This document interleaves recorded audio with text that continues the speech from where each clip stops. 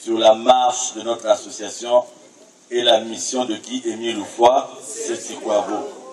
Donc ce n'est pas un hasard qu'il soit venu rendre ce témoignage à cette occasion. I don't speak English, so you will translate when you will finish. Donc comme je parle anglais, et ils vont traduire. Ça va, Bonga? Mais je voudrais simplement attirer votre attention, c'est la clé.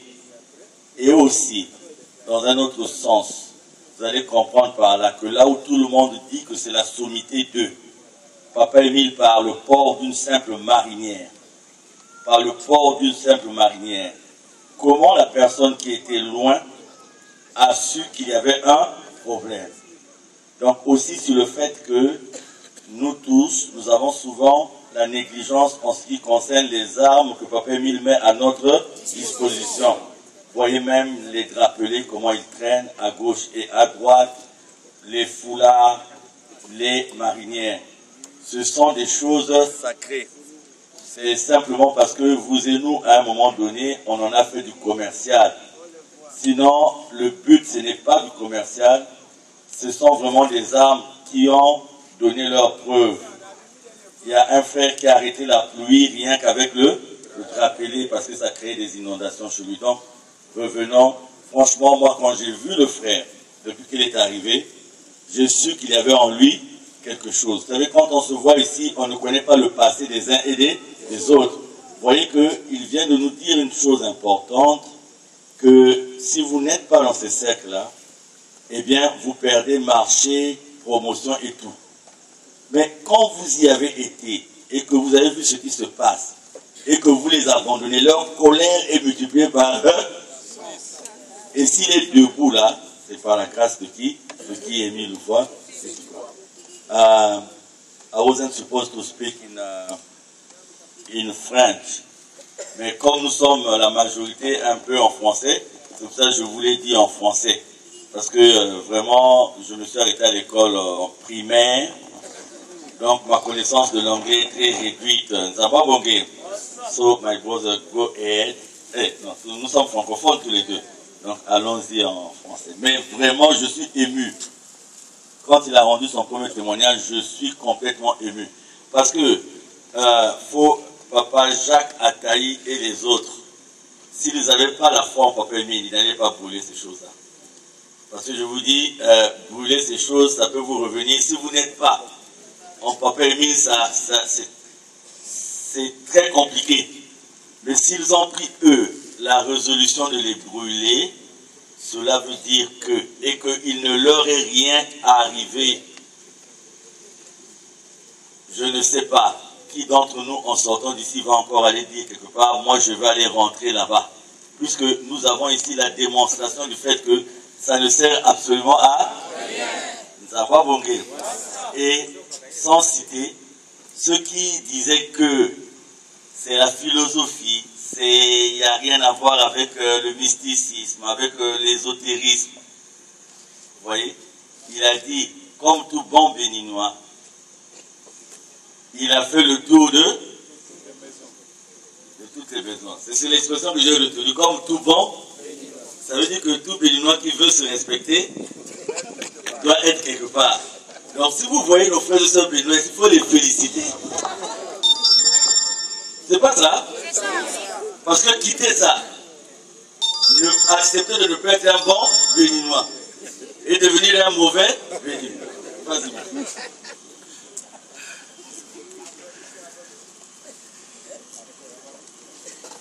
Alors, la seconde partie de mon témoignage, c'est pour confirmer certaines choses qui se passent dans le monde, en fait, avec Satan. En fait, dans cette dédale, dans cette perdition où je me cherchais, ils appellent ça quelque part des quêtes spirituelles, où je me cherchais, les histoires de Reine des eaux, les histoires de sirènes et autres, là, ce sont des réalités.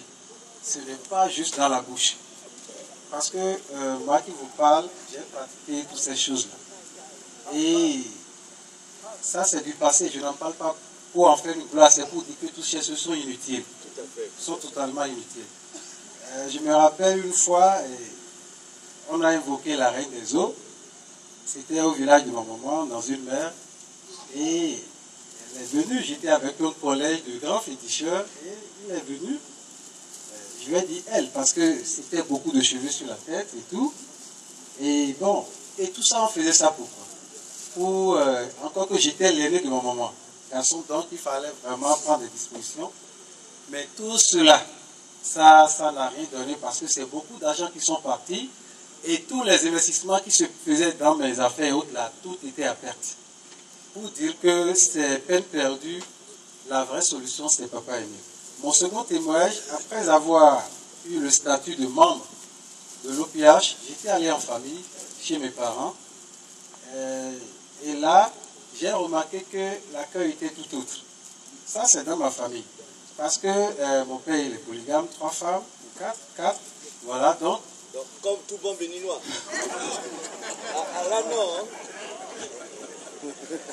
Hein? Donc, quand j'ai été d'habitude, mon père et ma mère, la seconde femme de mon père, pour la deuxième femme, parce qu'il en a 4. Alors, il y a une rivalité qui ne dit pas son nom, c'est comment sacrifier les enfants des autres et autres. Donc, souvent, nous sommes à distance, les enfants de notre mère, on est à distance, on ne va même pas voir le lien comme ça. On l'appelle, c'est de façon sporadique, on allait le voir. Mais 2 semaines après avoir eu le statut de membre, j'ai été voir mon père. Et ma belle-mère était là, c'est-à-dire la co-épouse de ma mère. Ma mère n'est pas avec mon père, elle est dans une autre maison. Mais l'accueil qui m'a été réservé a été unique parce que depuis au moins 20 ans, si j'ai bonne mémoire, je n'ai jamais reçu cet accueil. Et la première femme de mon père, même ses enfants le reconnaissent, c'est une grande sorcière. Ça là, ce n'est pas nous qui le disons, même ses enfants, dans leur investigation spirituelle, ils ont compris, ça a fait me loger d'une grande réunion en famille, où les enfants l'ont exclusé.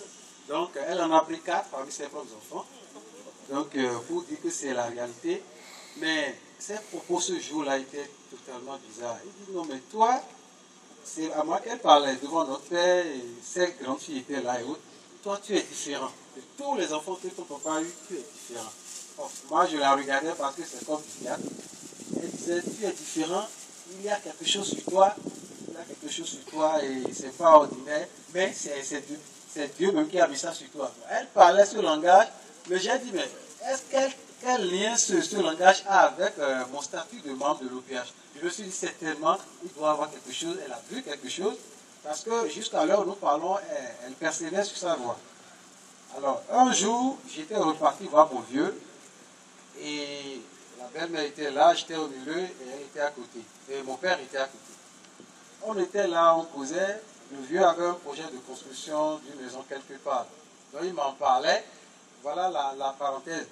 Entre-temps, mon vieux ne me confiait rien, presque rien, concernant la famille, fait ci, fait non. Je suis le 5e enfant de mon père. Alors, désormais, il me confie tout, et curieusement en présence de la sorcière. Donc, moi déjà, la présence de la sorcière, ça me gênait. Je dis, mais celle-là, pas toi, tu te confies, mais tu me mets dans des problèmes encore avec cette dame. Mais la dernière fois, on était là dans la cour, et puis un vieux passait. Moi, je ne connais pas ce vieux-là. Il passait dans la cour, j'étais là avec mon père et la belle-mère, et le vieux, il passe, et mon père lui dit, ah, ça va, il s'arrête subitement. Il dit, ah, j'ai vu, c'est ton fils. Et mon père dit, oui, c'est mon enfant. Et j'ai dit, oui, c'est mon père, et voilà ma mère. J'appelais ma belle-mère ma mère. C'est comme ça dans chez nous, ça. Et le vieux dit, non, c'est pas ta mère, ça. Non, c'est pas ta mère. Je dis, pourquoi? Il dit, non, c'est pas ta mère. Bon, il commence par prier pour moi. Il y a environ 2 semaines de cela. Il commence par prier. Il dit, tout ce qu'ils vont penser pour te faire du mal, ça ne va pas arriver. Il a prié pendant au moins 10 minutes. Bon, j'ai dit, si je le connaissais, la belle-mère pourrait dire, oh, c'est un montage de Albert, il est allé fabriquer un truc, pourquoi on vient m'insulter? Donc, j'ai dit, tout ça, c'est certainement la mère de Papa Émile pour dire, elle est en train d'être exposée. Parce que je n'ai jamais connu ce vieux-là qui est venu parler comme ça. Il a dit des choses terribles. Tout ce qu'ils vont penser faire contre toi, ça ne va pas marcher. Ce qui est prévu dans le plan de Dieu sur toi, ça va se réaliser. Et il le dit, fais comme ça. C'est moi qui le dis. Je le dis en présence de ton père et de celle-ci. Oh. J'ai dit, mais toi, tu veux créer des problèmes dans la famille. Bon, Il a parlé, et puis le vieux est parti. Bon. Mais en partant de ce jour-là de chez mon vieux là, la belle-mère n'était plus à l'aise avec moi. Elle est restée distante.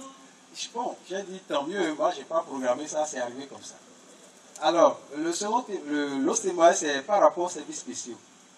Quand on entre à l'OPH, on dit, ah, papa, lui, vous a fait les services spéciaux. Je n'en avais jamais vu, il y a environ un mois. Et j'ai eu une vision où j'étais accompagné de 2 personnes. Ils étaient dans les habits des zélas, je vais dire, avec des galons, vraiment des galons pleins, ils m'accompagnaient, je montais les escaliers. Bon, j'ai dit, ah, et dans le rêve, l'esprit me dit, ce sont les services spéciaux. J'ai dit, ah bon, c'est ça, c'est des policiers ou quoi? Mais des galons, plein de galons sur l'épaule. Alors, cette fois-ci, ce que je dis, c'est pour confirmer cette affaire de services spéciaux. J'étais sorti avec un frère et il m'a emmené voir un de ses partenaires d'affaires. C'est un vieux du Nord. Alors, on était là, comme je ne reconnaissais pas le vieux, j'étais resté à distance et il causait avec le monsieur. Quelques minutes après, l'esprit m'a dit, va le saluer, c'est une grande personne. Je dis, ah, bonsoir monsieur, vous allez. Et le monsieur me dit, ton frère, c'est une bonne personne. Je dis, oui, c'est mon frère, c'est une bonne personne. Il dit, ah bon, ce que tu dis là, les 2 anges qui sont en tête côté, il n'a pas dit autre chose. Il dit, les 2 anges, l'un là et l'autre là, ils disent la même chose que ce que tu viens de dire. C'est à partir de là que j'ai fait recours au rêve que j'ai fait, à la vision que j'ai eue. Ah là, donc ça confirme ce que j'avais vu. Pour dire que Papa Emile est vrai.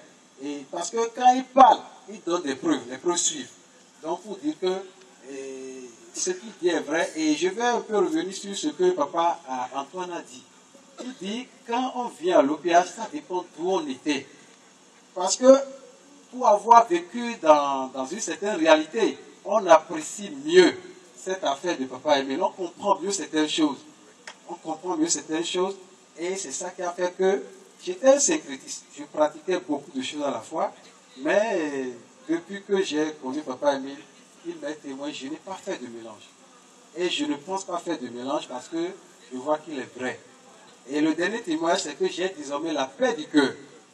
Quand je parle de la paix du cœur, c'est vraiment sensible pour moi parce que par le passé, c'était vraiment des pratiques. Chaque jour, tu as des choses à faire. Rigoureusement. Il fallait faire ça. Rigoureusement. Il y a un temps de sirène, il a plein de choses que tu dois faire. Mais depuis que j'ai connu Papa Emile, j'ai vraiment eu un repos pas possible, une paix dans le cœur, et je suis reconnaissant pour cette connaissance de Papa Emile que j'ai, qui est réellement Dieu. Vraiment, je vous remercie pour votre attention et merci beaucoup.